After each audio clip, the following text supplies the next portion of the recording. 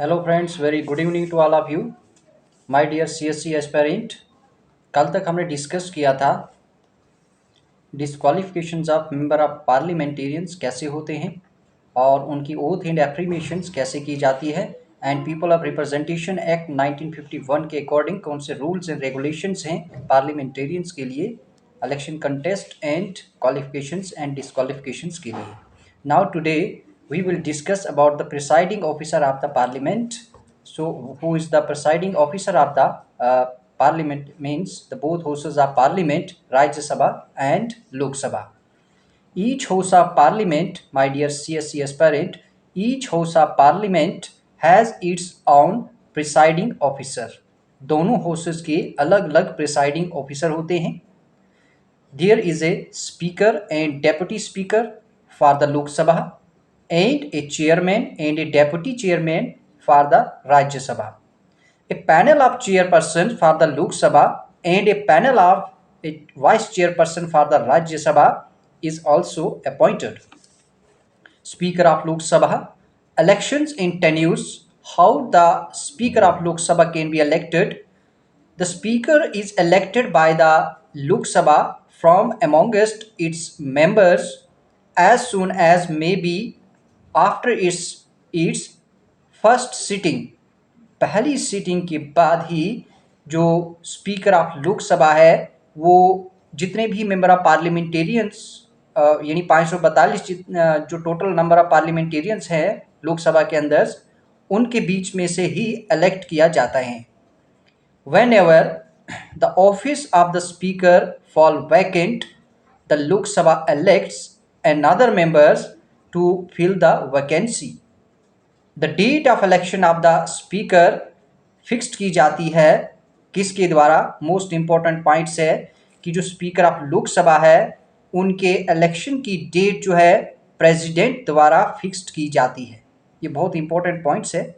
और ये speaker of Lok Sabha जो ओल्ड स्पीकर हैं यानी सपोज कीजिए आज का जो गवर्नमेंट चल रहा है, जो speaker of Lok Sabha at present है, ये तब तक रिटायर्ड नहीं होते हैं जब तक new speaker of Lok Sabha elect ना हो।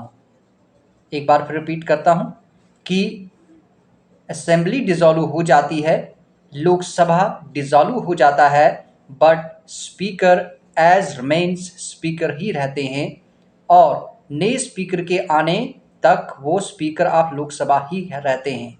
After the first session of the Lok Sabha president new speaker appoint किए जाते हैं और उनको कैसे अपॉइंट किया जाता है? निर्धारित उनका एक इलेक्शन प्रोसेस शुरू किया जाता है और जितने भी मेंबर ऑफ पार्लियामेंटेरियंस इलेक्टेड होके आते हैं उनमें से ही एक मेंबर्स को इलेक्ट किया जाता है और उसका इलेक्शन प्रोसेस जो है प्रेसिडेंट द्वारा फिक्स्ड किया जाता है।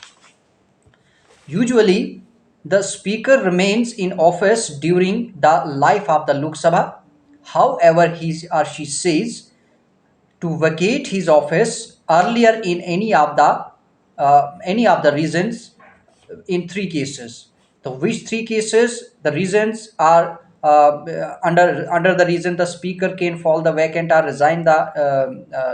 resign to the deputy speaker. If he or she ceases to be a member of the Lok Sabha. First point, I again repeat it. If he or she ceases to be a member of the Lok Sabha यानी उनको member of the लोक सभा के लिए seize किया जाए, stop किया जाए। पॉइंट सेकंड, अगर उनको if he or she resigns by writing to the deputy speaker, तब भी ये फॉल होते हैं, वैकेंट होती हैं पोस्ट।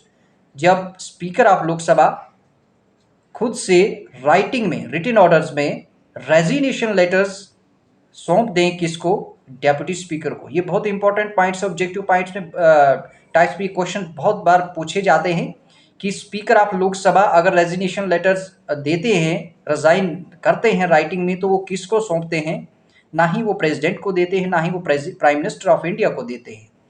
स्पीकर ऑफ लोकसभा अपना रेजिग्नेशन लेटर्स डेप्यूटी स्पीकर को सौंपते हैं और उनका रेजिग्नेशन लेटर एक्सेप्ट होने के बाद वो अपनी पोस्ट से अपनी पोस्ट को छोड़ देते हैं और वो पोस्ट वैकेंट रह जाती है। थर्ड पॉइंट है, if Lok Sabha speaker is removed by a resolution passed by a majority of all the members of the Lok Sabha, such a resolution can be moved only after giving 14 days advance notice। बहुत important point है। तीसरा reason, अगर लोकसभा के speaker को remove किया जाता है, लेकिन कब रिमूव किया जाता है, ऐसे तो रिमूव नहीं होते हैं, इसके लिए एक प्रोसेस होता है। और कैसे प्रोसेस होता है, जब मेंबर्स ऑफ लोकसभा मेजॉरिटी में एक रिजोल्यूशन पास करते हैं और उस रिजोल्यूशन को पास करने के बाद ऐसे रिजोल्यूशन से उसको मूव किया जाता है only after giving 14 days advance notice speakers को, और प्रेसिडेंट द्वारा ये हटा दिए जाते हैं, रिमूव किए जाते हैं। ये एक प्रोसेस होता है। Third, when a resolution for a removal of the speaker is under consideration of the house, then what will be happen, he or she cannot preside at the sitting of the house, though he may be present, though he or she may be present।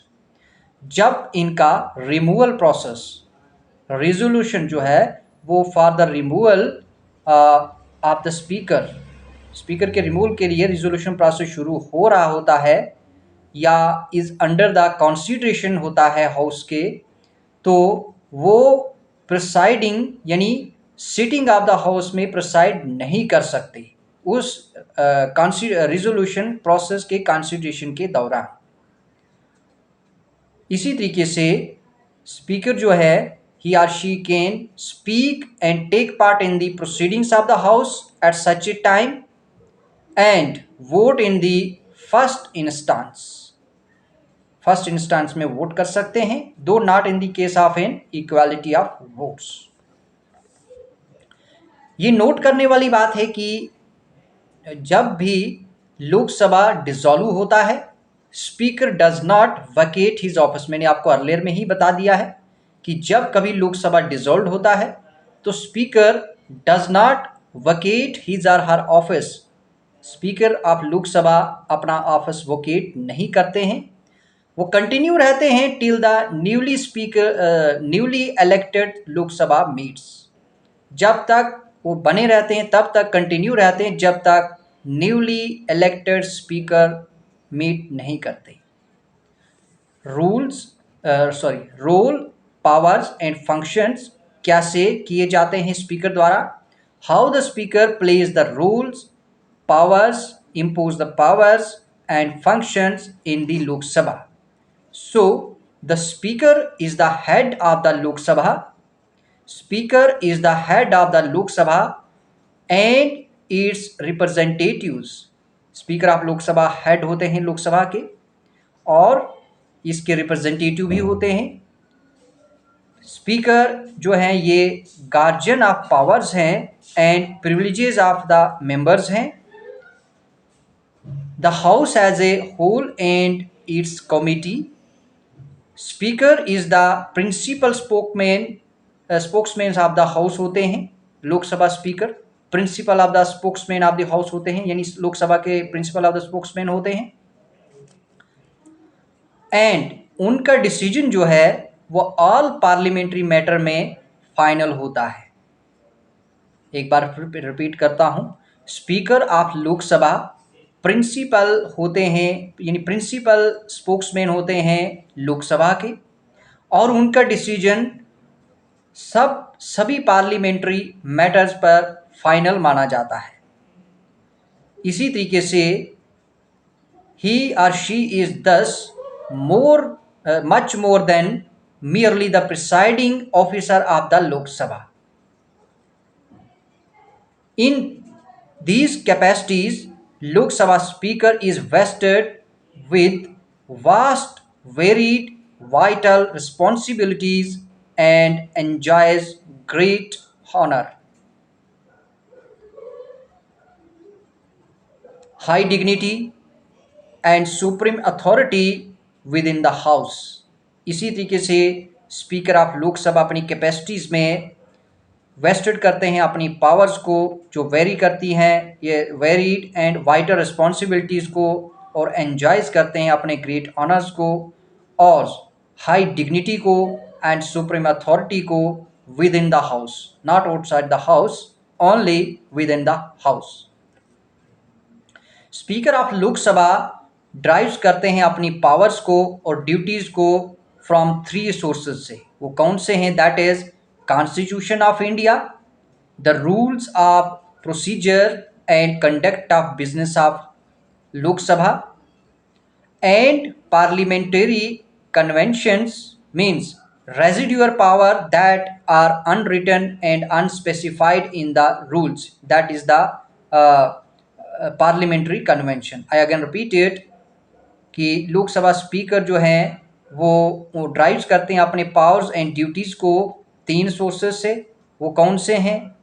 Constitution of India से, rules of procedure से and conduct of business of proceeding, conduct of business of Lok Sabha में और parliamentary conventions में। Parliamentary convention में क्या आते हैं? Residual power, जो कि अनरिटन एंड अनस्पेसिफाइड होती हैं रूल में, और ऑल टुगेदर ही और she has the following powers and duties. क्या हैं? स्पीकर ऑफ लोकसभा मेंटेन करते हैं, फर्स्ट क्या फॉलोइंग पावर है? ये first power, speaker of Lok Sabha maintain करते हैं order and decorum in the house for conducting it's business and regulating it's proceedings. Speaker of Lok Sabha maintain करते हैं decorum, order and decorum Lok Sabha के अंदर, और business conduct for conducting it's business, और क्या करते हैं? रेगुलेट करते हैं इसकी प्रोसीडिंग्स को। और दिस इज़ हिज, यानी this is the primary responsibility of the Lok Sabha speaker and the final power in this regard. Second steps, Lok Sabha speaker जो होते हैं is the final interpreter of the provisions. I again repeated, Lok Sabha speaker final interpreter होते हैं provisions के। कौन से provisions के? Number 1 constitution of India के, number 2 the rules of procedure and conduct of business of Lok Sabha के, and third the parliamentary precedents within the house. I again repeated this point कि speaker of Lok Sabha final interpreter होते हैं provisions के। किसके? Constitution of India का जो interpretation चल रहा होता है उसका फाइनल इंटरप्रिटेशन जो है वो स्पीकर ऑफ लोकसभा देते हैं और वो फाइनल माना जाता है। और रूल्स ऑफ प्रोसीजर के and conduct of business of Lok Sabha के। और थर्ड पार्लियामेंट्री प्रेसिडेंट्स के, जो विद इन द हाउस चलाई जाती है, जो विद इन द हाउस चलाई जाती है। ये सेकंड पॉइंट है लोकसभा की पावर्स एंड ड्यूटीज़ का। थर्ड पॉइंट है लोकसभा स्पीकर एडजर्न कर सकते हैं और करते भी हैं हाउस को, या फिर सस्पेंड्स करते हैं मीटिंग्स को in absence of a quorum. I again repeated most important point कि स्पीकर ऑफ लोकसभा एडजर्न करते हैं हाउस को या फिर सस्पेंड भी करते हैं मीटिंग्स को इन एब्सेंस ऑफ कोरम को। कोरम का मतलब होता है कि 1/10 members should be present in the proceedings of the house in Lok Sabha. 1/10 minimum, जब 1/10 मेंबर्स ना हो हाउस के अंदर तो लोकसभा स्पीकर सस्पेंड या फिर एडजर्न करते हैं मीटिंग्स को लोकसभा के अंदर। The quorum is the quorum to constitute a meeting of the house is 1/10 of the total strength of the house. Is 1/10 of the total strength of the house. I earlier have discussed with you, my dear CSC aspirants. Now the fourth point is Lok Sabha Speaker does not vote in the first instance. Lok Sabha speaker पहले ही steps यानी पहले ही instance में vote नहीं करते हैं, but he or she can exercise a casting vote in the case of a life but वो exercise कर सकते हैं वोट कास्ट करने में in case of a tie. अगर टाई होता है बिल में, ये टाई हो जाता है, रुक जाता है, तो फाइनल जो वोट कास्टिंग का जो एक्सरसाइज होता है वो स्पीकर ऑफ लोकसभा कर सकते हैं। आई again repeated, but speaker of Lok Sabha can exercise a casting vote in the case of a tie, case of a tie. हम दूसरे शब्दों में इसको अगर कहें, only when the house is divided equally on any questions, the speaker is entitled to vote. The speaker is entitled to vote. जबकि सिर्फ जब हाउस जो होता है वो डिवाइड हो जाता है इक्वल में किसी भी क्वेश्चन के ऊपर, तो स्पीकर एंटाइटल्ड होते हैं वोट के लिए, उनका वोट एंटाइटल्ड हो जाता है। तो ऐसा vote, such vote is called casting vote and its purpose, इसका पर्पस क्या होता है, is to resolve a deadlock. जो डेडलॉक बनता है यानी बिल पारित नहीं होता है, जो सेम टाई हो जाता है और उसका मेजॉरिटी नहीं बनता है, अगर कहीं एक वोट की रिक्वायरमेंट हो जाती है, डेडलॉक आ जाता है, तो फाइनल वोट जो होता है वो स्पीकर को कास्ट करना होता है। और स्पीकर के पास ये पावर है एक्सरसाइज करने की कि वो अपना वोट जो है कास्ट करें और इस टाई को, इस डेडलॉक को ख़त्म करें। So these are the powers of the Lok Sabha speaker. And the fifth power and duties, speaker of Lok Sabha presides करते हैं और a joint sitting of the two houses of a parliament. And two houses of parliament कब होते हैं, या तो deadlock आ जाता है, बिल्स के अंदर पास नहीं होता है दोनों हाउसेज का, ये दोनों हाउसेज में, तब जॉइंट सिटिंग का कॉल लिया जाता है। और जॉइंट सिटिंग जो है ये जॉइंट सिटिंग में जो प्रिसाइडिंग की जाती है जॉइंट सिटिंग की, तो वो जॉइंट सिटिंग का प्रिसाइडिंग जो है लोकसभा स्पीकर ही करते हैं, ना कि चेयरमैन ऑफ द राज्यसभा करते हैं। ऐसी सिटिंग जो है is summoned by the president to settle a deadlock between the two houses on a bill. मैंने पहले ही आपको बताया कि ये जो सिटिंग है ये समन की जाती किसके द्वारा, प्रेसिडेंट के द्वारा समन की जाती है कि जो डेडलॉक हो रहा है दोनों हाउसेज के बिटवीन में उसको सेटल्ड किया जाए और दोनों हाउसेज का joint sitting in the parliament house किया जाए और उसका स्पीकर जो होते हैं वो लोकसभा स्पीकर, उसके जो प्रिसाइडिंग ऑफिसर होते हैं वो लोकसभा स्पीकर होते हैं, ना कि चेयरमैन या deputy chairman of the Rajya Sabha. Sixth point है फ्रेंड्स, लोकसभा स्पीकर फॉलो कर सकते हैं a secret sitting of the house at the request of the leader of the house. क्या करते हैं, लोकसभा स्पीकर अलो कर सकते हैं, लोकसभा स्पीकर अलो कर सकते हैं कि एक secret sitting of the house की जाए, किसके, लीडर ऑफ द हाउस के रिक्वेस्ट पर। When the house sits in secret, जब हाउस सीक्रेट में सिट करते हैं तो no stranger can be present in the chamber, कोई भी स्ट्रेंजर चैम्बर के अंदर प्रेजेंट नहीं हो सकता, लॉबी और गैलरीज में भी नहीं हो सकते, except with the permission of the speaker. Permission के स्पीकर के अलावा, अगर परमिशन स्पीकर देते हैं तभी वो लॉबी या गैलरीज या चैम्बर में प्रेजेंट रह सकते हैं, अदरवाइज कोई भी स्ट्रेंजर चैम्बर में, लॉबी में या फिर गैलरीज में प्रेजेंट नहीं रह सकते हैं। एंड सेवंथ पॉइंट है फ्रेंड्स कि स्पीकर ऑफ लोकसभा डिसाइड करते हैं कि जो bill, whether bill is a money bill और not.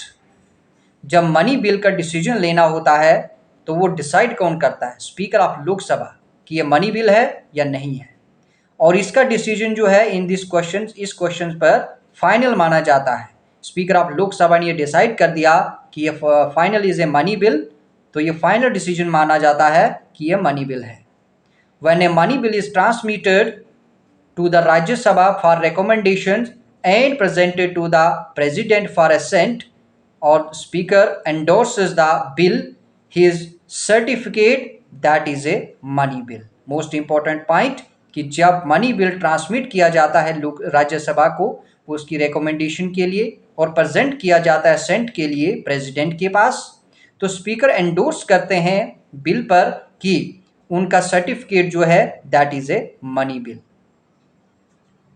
And the 8th point is speaker of Lok Sabha he decides करते हैं कि questions of disqualification of A member of Lok Sabha, किसी भी मेंबर्स का डिस्क्वालिफिकेशन यानी मेंबर ऑफ पार्लियामेंट यानी मेंबर ऑफ लोकसभा जब उनका डिस्क्वालीफाई करना होता है, उनका डिस्क्वालिफिकेशन करना होता है, तो इस क्वेश्चन का डिसीजन भी डिसाइड करते हैं Lok Sabha speaker.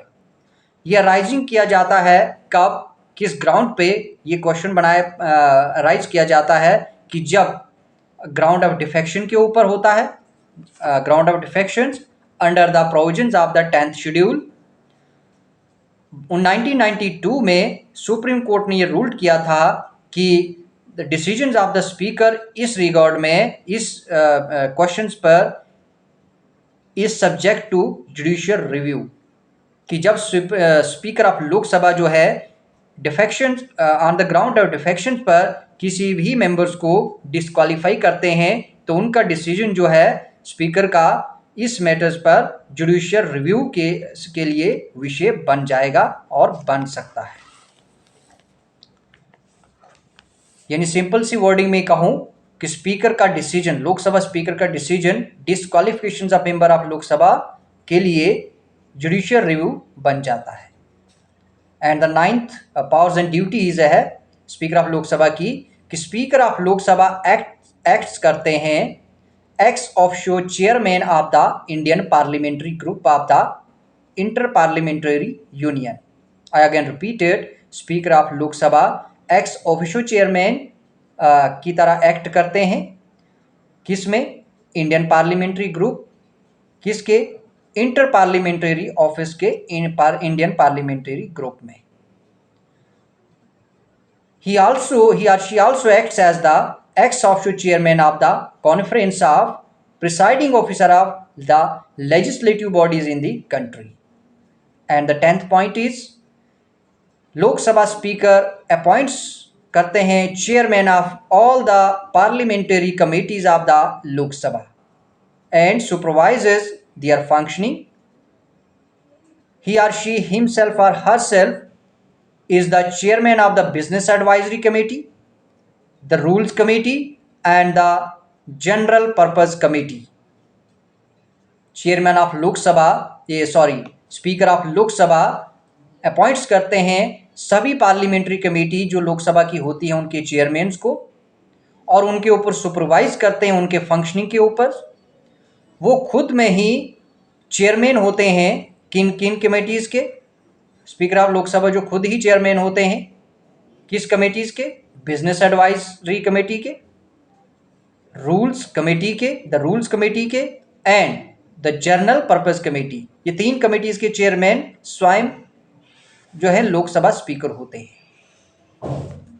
Independence and impartiality क्या होती हैं स्पीकर की? जैसे कि as the office of the speaker is vested with great prestige, position, authority, independence and impartiality. It becomes sine qua non हम इसको कह सकते हैं और ये sine qua non बन जाते हैं। इनका pendens and impartiality of the office of the speaker जो है वो जो प्रोविजंस होते हैं वो इंश्योर करते हैं इनका इंडिपेंडेंस एंड इम्पार्शियलिटी। वो क्या होती है कि स्पीकर जो है वो प्रोवाइड करते हैं with the security of tenure. Speaker remove कर सकते हैं ओनली बाय स्पीकर ही और she can be removed only by a resolution passed by the Lok Sabha by an absolute majority, that is majority of the total members of the house and not by an ordinary majority. Ordinary majority द्वारा उनको remove नहीं किया जा सकता, एक absolute majority द्वारा ही उनको remove किया जाता है जब रिजोल्यूशन पास करना होता है। और ordinary majority that is majority of the member present in voting in the house. ये motion this motion of removal can be considered and discussed only when it has the support at least 50 members. कितने? जब ये तभी discuss किया जाता है सिर्फ जब it has the support of its at least 50 members. उनकी सैलरीज एंड अलाउंसेस फिक्स्ड किए जाते हैं by parliament. They are charge, ये कहाँ से चार्ज किए जाते हैं? Salaries and allowances of the Lok Sabha speaker on the consolidated fund of India and these are not subject to the annual vote of parliament. उनका वर्क एंड कंडक्ट जो होता है वो कहीं पर भी डिस्कस्ड नहीं किया जा सकता, ना ही क्रिटिसाइज किया जा सकता है लोकसभा में, एक्सेप्ट इसके ऑन ए सब्सटेंशिव मोशन। उनकी पावर ऑफ रेगुलेटिंग प्रोसीजर जो होती है या कंडक्टिंग बिजनेस जो होता है या मेंटेनिंग ऑर्डर्स होता है, उनकी पावर्स क्या होती है कि regulating procedures, conducting of the business and maintaining order in the house are not subject in the jurisdiction of any court। ये तीनों की पावर हैं, यानी regulating business, conducting business, regulating procedure, conducting business and maintain decorum and orders, ये house के अंदर जो भी चलाए जाते हैं स्पीकर द्वारा, तो ये कोई सब्जेक्ट नहीं बनता है जुरिडिक्शन, कोर्ट के जुरिडिक्शन के लिए। Speaker of Lok Sabha can not vote in the first instance, ये मैंने पहले भी बताया। Speaker of Lok Sabha can only exercise a casting vote in the के इवेंट ऑफ ए टाई। जब डेडलॉक बनता है, पारित नहीं होता है, टाई हो जाता है किसी बिल में, तो ही स्पीकर ऑफ लोकसभा एंटाइटल्ड होते हैं वोट कास्ट करने में। This makes the position of the speaker impartial. तो ये जो डेडलॉक हटाने के लिए स्पीकर का जो वोट कास्ट होता है वो बिल्कुल इम्पार्शियल माना जाता है। वो अपनी चॉइस से जहाँ राइट माना दिखता है, जहाँ राइट अंडरस्टैंडिंग उनके फील उनके समझ में आता है, वहीं पर ही वो अपना वोट कास्ट करते हैं। Speaker of Lok Sabha is a given speaker of Lok Sabha is given a very high position. उनको बहुत ज़्यादा हाई पोजीशन दी जाती है in the order of precedence, या फिर speaker of Lok Sabha is placed at 7th rank. कौन से रैंक पे होते हैं? इनको 7th रैंक पे प्लेस किया जाता है along with the chief justice of India. Most important point है, ऑब्जेक्टिव पॉइंट्स के लिए बहुत इंपॉर्टेंट है ये पॉइंट्स कि स्पीकर ऑफ लोकसभा कौन से रैंक्स में है? 7th रैंक में प्लेस किए जाते हैं, और इसी रैंक पे चीफ जस्टिस ऑफ इंडिया भी होते हैं। चीफ जस्टिस ऑफ इंडिया का रैंक भी 7th होता है। In speaker of Lok Sabha and chief justice of supreme court का रैंक सेम है, कौन सा? 7th rank. This means he or she has a higher rank than all cabinet ministers. यानी speaker of Lok Sabha का जो रैंक है वो बिल्कुल हाई होता है सभी कैबिनेट मिनिस्टर्स से, एक्सेप्ट इसके प्राइम मिनिस्टर या फिर डेप्यूटी प्राइम मिनिस्टर्स के। In any way prime minister is the constitutional post है, ये तो high dignity of the country है after president, but deputy prime minister जो है ये कॉन्स्टिट्यूशन में कोई भी ऐसी पोस्ट नहीं है, ना ही इसका वहाँ पर कोई डिस्क्राइब किया हुआ है।